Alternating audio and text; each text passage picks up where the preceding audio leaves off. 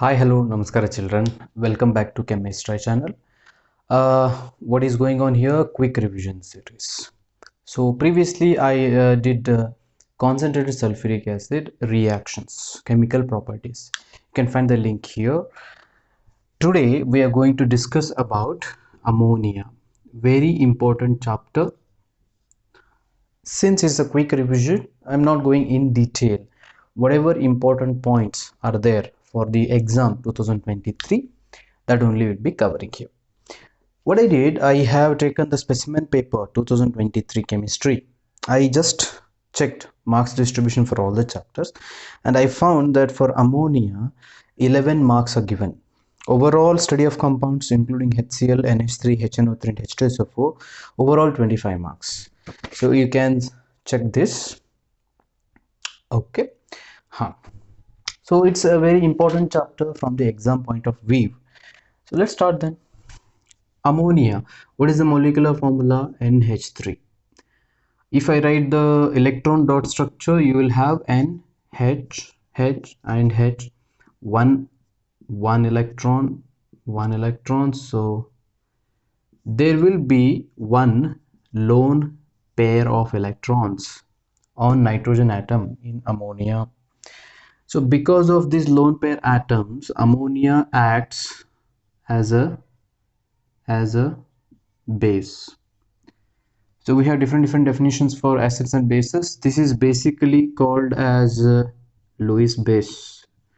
Whichever has a lone pair of electrons, that will be a Lewis base. Whichever accepts a lone pair of electron, that will be Lewis acid. Fine. Next, how do you prepare ammonia in the laboratory? That is your next part.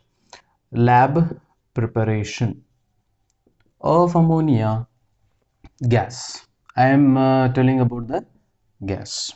Okay, there are two methods. First method, from ammonium chloride. So here what we use alkali, calcium hydroxide. We can also use soda lime, no problem. We can also use ammonium sulfate instead of ammonium chloride, no problem. Alkali we are using in excess. The reason for this is, whatever ammonium chloride, if you remember, ammonium chloride is sublime substance. Sublimation means what? Solid to liquid on heating, directly solid to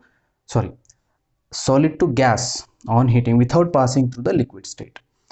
So when you heat it, what we have to take here? We have to take ammonium chloride and calcium hydroxide together in a round bottom flask and you have to heat it. When you heat it, part of it will sublime, part of it will react. To reduce the sublimation, what we use? Excess of calcium hydroxide. So excess of calcium hydroxide will stop or prevent the sublimation of ammonium chloride. Now write down the reaction here. What is happening? You have to heat it. You will get calcium chloride, salt plus water plus ammonia gas is released. Okay, similarly you can write for ammonium sulfate. This time I will use sodium hydroxide. If you are using sodium hydroxide, use calcium oxide as well. This is called as soda lime. To prevent the deliquescent nature of sodium hydroxide, we use calcium oxide here. So what happens here? Salt plus Na2SO4, water plus ammonia gas. Okay, so calcium hydroxide is preferred over sodium hydroxide or any other alkali because, first of all, it is cheap and it is not deliquescent. Remember these points. Not deliquescent. Okay. There are some more questions on this. We can't use ammonium nitrate or ammonium nitrite because these on heating will decompose faster than undergoing the reaction. They will undergo decomposition reaction. This will give you nitrous oxide. Remember, this is the laughing gas, plus water Ammonium nitride will give you nitrogen plus water. Okay, therefore we don't use ammonium nitrate and ammonium nitride. Also, these are explosive in nature, so explosives we do not use. Okay, all the things are covered. This is one method from ammonium chloride. Here some more points. Collection. Oh, collection and all we'll see later. Second method from metal nitrides. Nitride is what? N-3 is called as nitride. Here we use magnesium nitride. You can use calcium nitride. You can use aluminium nitride. But what we are using for all of these, okay, water. But water should be warm. Most of the time there is a question. Rewrite the sentence. Aluminium nitride reacts with water to give ammonia. That is correct. But what is missing? Warm. Warm water. Okay, here what is happening? Respective hydroxide you will get magnesium hydroxide. For calcium you will get calcium hydroxide. For aluminium you will get aluminium hydroxide. Along with this you will get ammonia gas. Ammonia gas. Ammonia gas.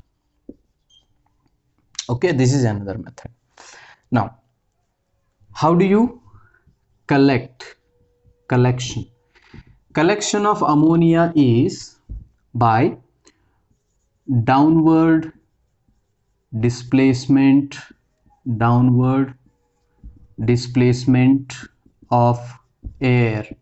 We don't collect it over water because it is highly soluble. Why downward displacement of water? Because it is lighter than air. So what happens here? You will keep the jar, cylindrical jar, in inverted position. You will pass through the delivery tube. You will leave ammonia into this jar. Initially it contains what? Air is there always, right? So because it is lighter, it will occupy the space. The air will come down. So because of this, we call it as downward displacement of air. Okay, next, how do you dry it? What is the drying agent we use? Drying agent. What is the nature of ammonia? It is basic. So for basic gas, you should use a basic drying agent. So what is this? Quicklime.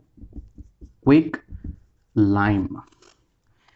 can't use the acidic drying agent or some other drying agents, because what we can't use concentrated sulfuric acid. Acid base will react. We can't use what P2O5, it will form ammonium phosphate. We can't use anhydrous calcium chloride because it will form an adduct with this. It will form like this. Okay, therefore we can't use all these drying agents. Only we can use quicklime. Done? Very good. Next is what? Next we will take up manufacture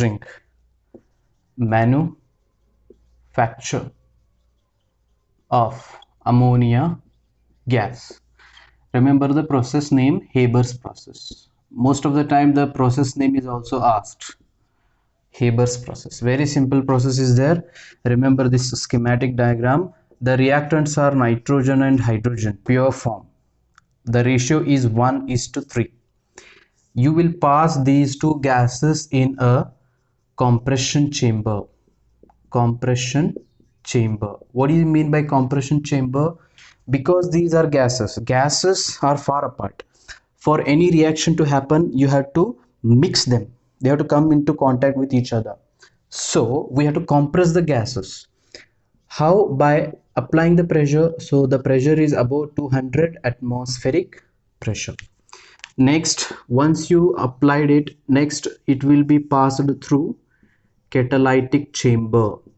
Catalytic chamber because here we are using a catalyst, and here actually reaction is happening.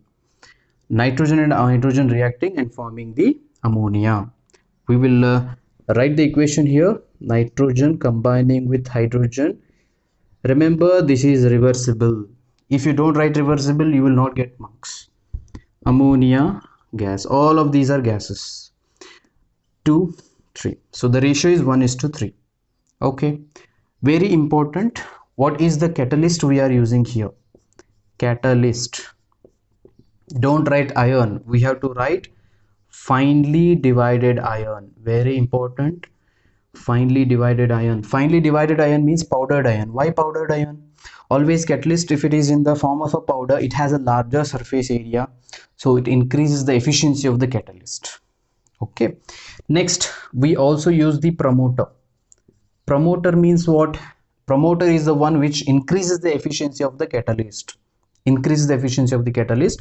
Here we use traces of molybdenum. MO is the symbol of molybdenum, or we can also use alumina, Al2O3. Remember. Okay, what is the temperature we are using here? 450 to 500 degrees Celsius. Pressure will be above 200 atm. Usually the range is 200 to 900 atm. Okay, so this is overall catalytic equation happening in the catalytic chamber.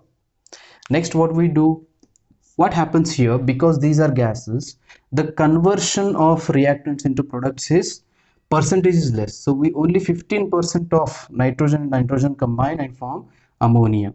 There are a lot of unreacted, 85% of unreacted nitrogen and oxygen are there. Okay, so whatever comes out here, it is the mixture of nitrogen, hydrogen and ammonia, but we want only ammonia. So for that purpose, what we do, we have one more chamber called as condensing chamber. Condensing chamber. Here what happens, ammonia only will be liquefied. So if you cool to -33 degrees Celsius, ammonia gas will turn into liquid ammonia. But nitrogen and hydrogen has to cool very less temperature, like more than -180. Okay, they will not liquefy. Okay, so here after cooling you will take out the liquid ammonia. Okay, but whatever unreacted nitrogen, hydrogen are there, you will send them back to compression chamber. So this is the process like this. Okay, unreacted N2 and H2 sent to compression chamber, so they will again pass through this cycle. It will keep on continuing until we get the 98% of yield. Got it? One important point, when you test liquid ammonia with red litmus, what do you expect? Whether you take liquid ammonia or gaseous ammonia, if the litmus is not moist, if it does not contain water, then the color of the litmus will not change. Okay, therefore liquid ammonia is neutral unless it comes in contact with water. Gaseous ammonia is also neutral unless it comes in contact with water. Therefore always we use the moist litmus paper to test any gas or any solution. Got it? Okay, so this is overall manufacture of ammonia gas by Haber's process. I think I didn't miss any point here. Let's go to the next point.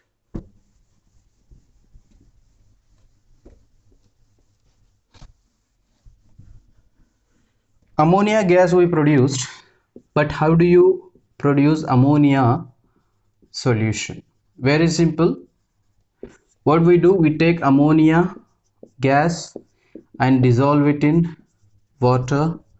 You will get ammonium hydroxide aqueous solution. Okay, these are all reversible. Ammonium hydroxide.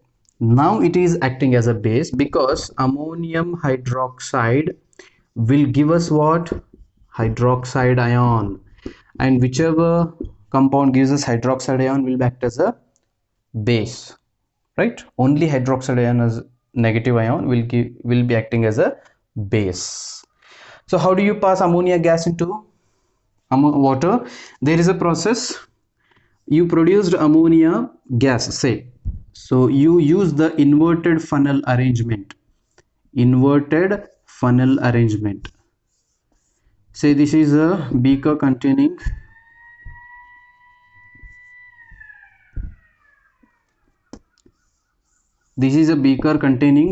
water. So we dip the tip of the funnel here, so you can inverted position now. So tip of the funnel, just it will dip 1 or 2 millimeter inside the water. What is the use of this special funnel arrangement? Special funnel arrangement. So special funnel arrangement is also used to prepare HCl solution as well. Okay, what it does, it prevents back suction of water into reaction mixture. See, to produce ammonia gas, you are doing whatever initially laboratory preparation we did now. Use the round bottom flask here. I am not showing that. So what happens here, because of back suction, if you don't use the funnel, only pipe you are using, once the pressure drops here in the RB flask, the water will come back and mix with the reaction mixture. So that's called as back suction. So to prevent that, we do this. Here what happens, 1 or 2 millimeter only you're dipping. Even if water rises, it can rise only this much. After that, what happens, air enters here and the pressure will be balanced. Okay, so therefore, not only this, there is one more point, it provides larger surface area for dissolution of the ammonia gas. So if they ask you 2 points about special funnel arrangement, these are the 2 points. Okay, done. Next, there is one more experiment called as fountain experiment. Here, what is important, what is the aim of fountain experiment? Aim of fountain experiment is to show that ammonia is highly soluble in water. The same experiment is done for HCl gas as well. There you will tell to show that HCl is highly soluble, ammonia gas. Okay, so I think you know this. We take RB flask filled with ammonia and keep it in our inverted position like this. Okay, so it will be clamped with the stand here. Okay, and here you will have one tube, long tube, and this tube will be immersed in a jar containing the red litmus solution, and there will be a small dropper here. Okay, we'll see what is the use of that. So this is what red litmus solution. What we'll do initially, this dropper, whatever dropper is there, it has little bit 1 or 2 ml water. You press this, water will enter into this RB flask. RB flask is full of what? Ammonia gas. So with that 1 or 2 ml water only, this ammonia gas will be soluble. It's so soluble that the pressure inside the RB flask will drop.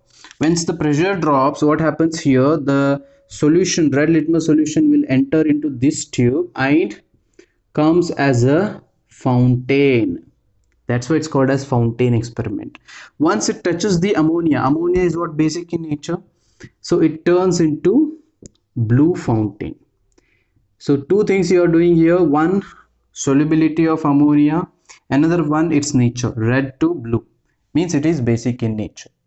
Okay, so this is the fountain experiment and how we do it. Okay, good.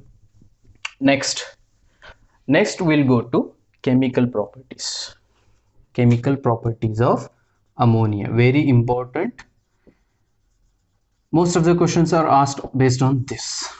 Okay, chemical properties, only important properties we'll take. Before that, first one, burning of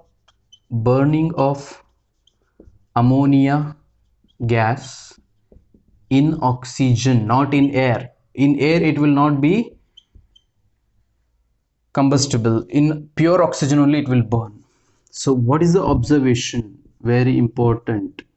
It burns with greenish yellow flame. This is the observation.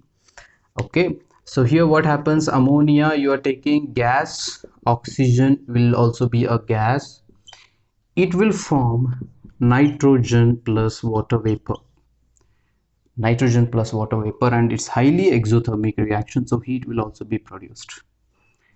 Okay, this is not this. What is this?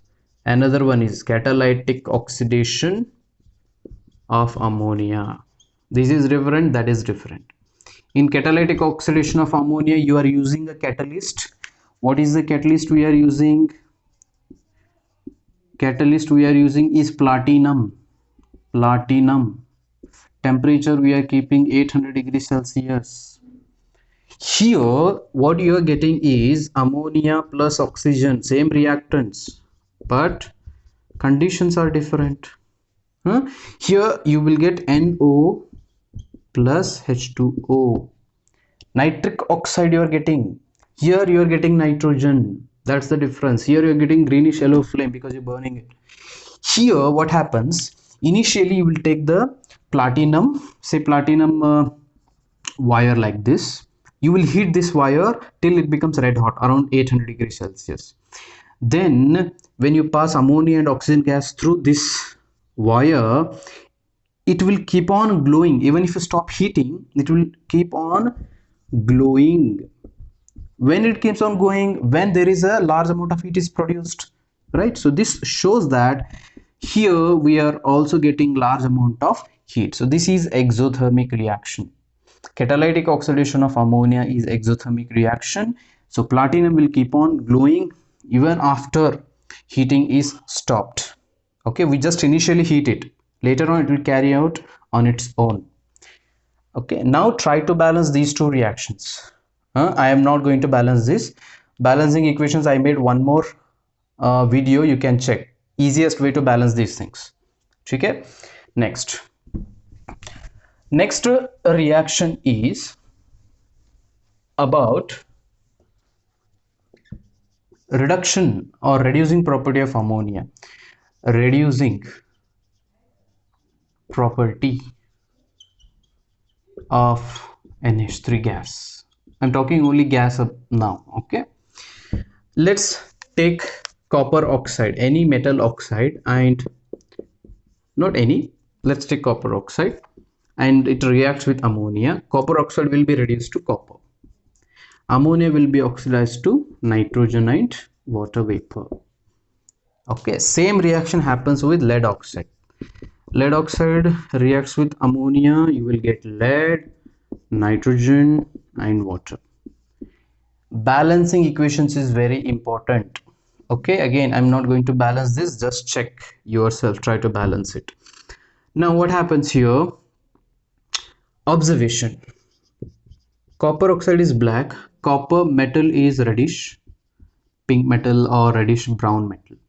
So color changes from black to reddish brown copper. Lead oxide is yellow in color, lead is grayish metal.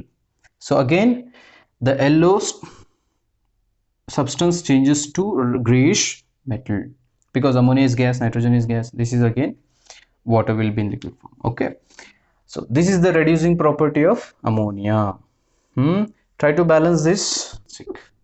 Nitrogen 2 here, so we'll write 2 into 3 6. Hydrogen, so we'll write 3 here.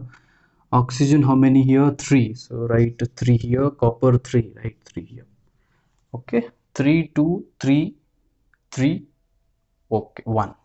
Same thing will be here. 3, we just check 2 3 and 3. Just check it because both are same valence, you know.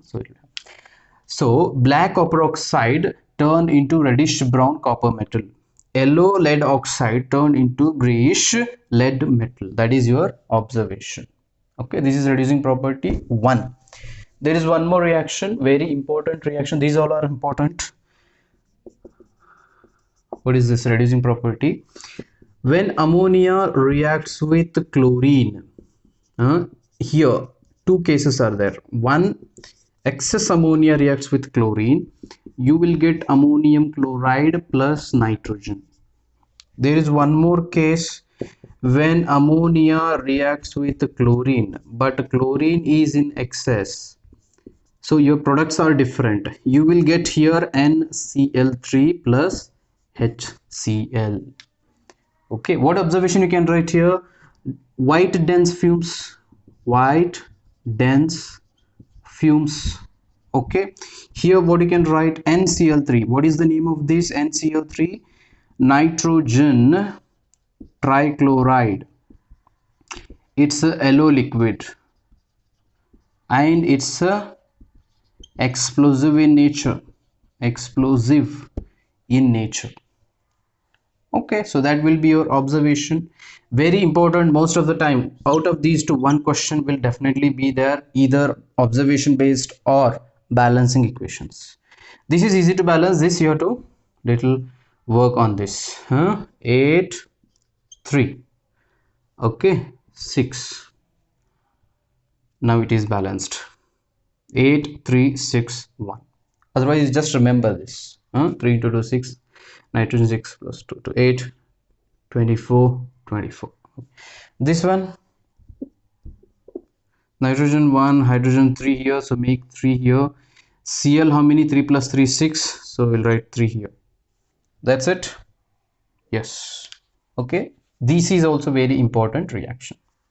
This is all about chemical properties of ammonia gas.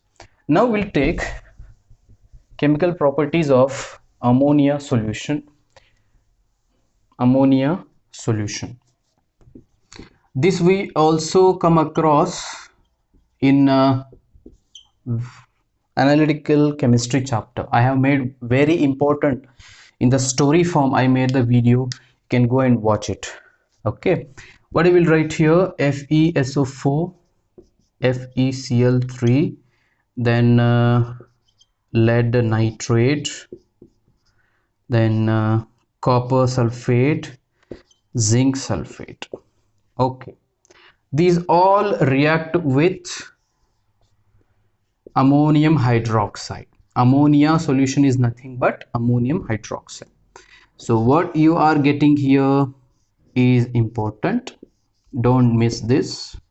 Okay, respective hydroxides you will get, this is a double displacement reaction in which you will get the precipitate, so you are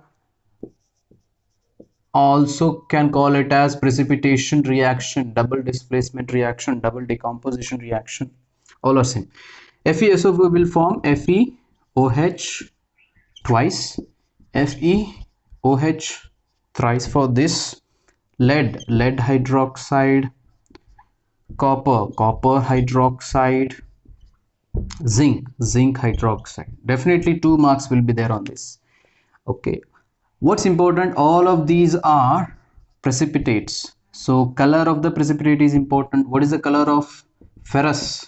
Dirty green precipitate. Ferric, reddish brown precipitate. Lead hydroxide is white, chalky white precipitate. Copper hydroxide is light blue precipitate. Zinc hydroxide is gelatinous white precipitate.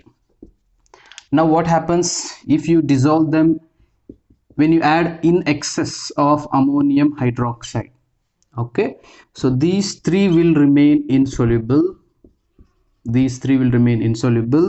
Copper and zinc, they will dissolve in or become soluble in excess ammonia solution. Okay, so it will form deep blue solution or inky blue solution. This will form colorless solution. Gelatin white precipitate will dissolve and form colorless solution. So these we also learn in analytical chemistry, which I made the video, go and check it. Okay, so this is about the reaction of ammonia solution with different metal ions. So this is called as analytical detection of cations. Okay, which one do not form precipitate with this? Calcium ion. Calcium ion no precipitate with ammonia solution. Okay, I think I have covered all of the things whatever important in ammonia chapter. Okay, anyway, so do well in your exam, prepare well. We'll meet in the next session. Until then, take care. Bye bye.